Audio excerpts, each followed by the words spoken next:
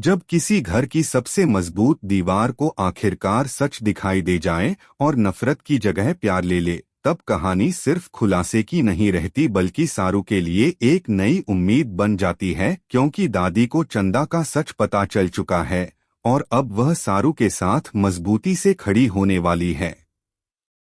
Chauhan house में आज माहौल कुछ अलग सा होता है। दादी अपने कमरे में चुपचाप बैठी होती है और उनकी आंखों में गहरी सोच साफ झलक रही होती है।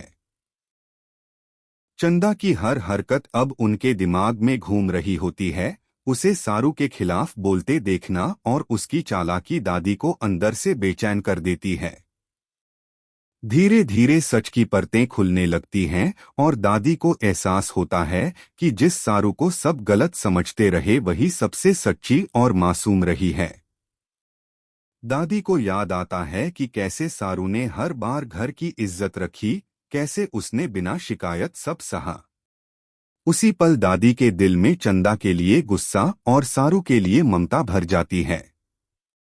वह अपने आप से कहती हैं कि अब और देर नहीं होगी। दादी सबके सामने सारू का पक्ष लेने का फैसला कर लेती हैं।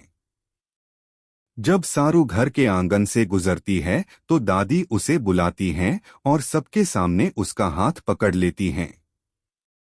सारू घबरा जाती है, लेकिन दादी की आंखों में पहली बार उसे अपनापन नजर आता है।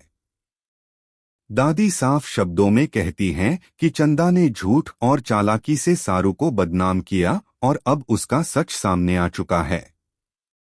घर के लोग हैरान रह जाते हैं। चंदा का चेहरा उतर जाता है। सारू की आंखों में आंसू आ जाते हैं, लेकिन यह आंसू दर्द के नहीं बल्कि राहत के होते हैं। दादी सारू के सिर पर हाथ रखकर कहती हैं कि अब वह अकेली नहीं है। दादी के समर्थन के बाद सारू के चेहरे पर पहली बार सुकून नजर आता है, लेकिन घर का माहौल पूरी तरह बदल चुका होता है। चंदा खुद को बचाने की कोशिश करती है, लेकिन दादी के सामने उसकी एक नहीं चलती।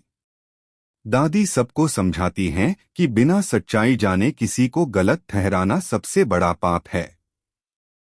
सारू चुपचाप सब सुनती रहती है। उसका दिल भारी होता है, लेकिन अंदर कहीं उम्मीद भी जागने लगती है।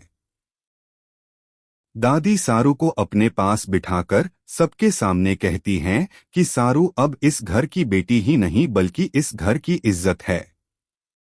यह सुनकर सारू खुद को रोक नहीं पाती और उसकी आंखों से आंसू बहने लगते हैं। वेद दूर खड़ा यह सब देखता है और उसे भी अपनी गलतियों का एहसास होता है। दादी का यह कदम पूरे घर के लिए एक बड़ा संदेश बन जाता है कि सच्चाई कितनी भी देर से सामने आए लेकिन जीत उसी की होती है।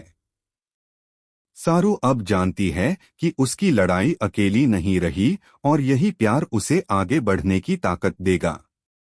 अगर आप जानना चाहते हैं कि दादी के साथ आने के बाद चंदा का अगला कदम क्या होगा और सारू की जिंदगी कैसे बदलेगी, तो वीडियो को लाइक करें, शेयर करें और चैनल को सब्सक्राइब करना बिल्कुल न भूलें।